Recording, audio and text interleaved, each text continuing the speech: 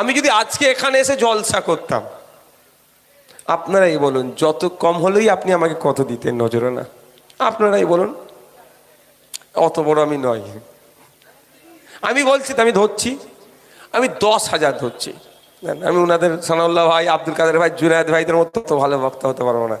জুনায়েদ ভাই, সানাউল্লাহ ভাই যা বক্তা, আমি সেই লেভেলে যেতে পারবো না।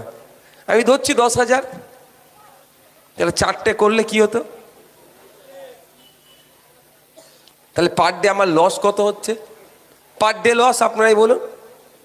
40,000 আপনারাই বলুন পার ডে আমার লস হচ্ছে। আমার স্বার্থটা কি? স্বার্থটা কি প্রশ্ন করতে পারেন তো? স্বার্থ ছাড়া আপনি এরকম লস করছেন, নিশ্চিত তাহলে কেউ মাল দিচ্ছে, হতে পারে তো? স্বার্থ ছাড়া কোনো মানুষ চলে না, কিন্তু নিঃস্বার্থে কোনো মানুষ চলে না, এটা মাথায় রাখবেন।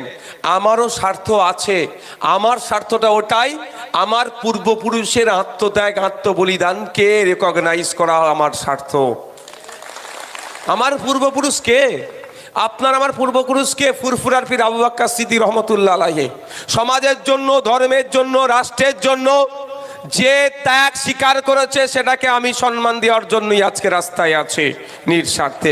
এই নিঃস্বার্থে।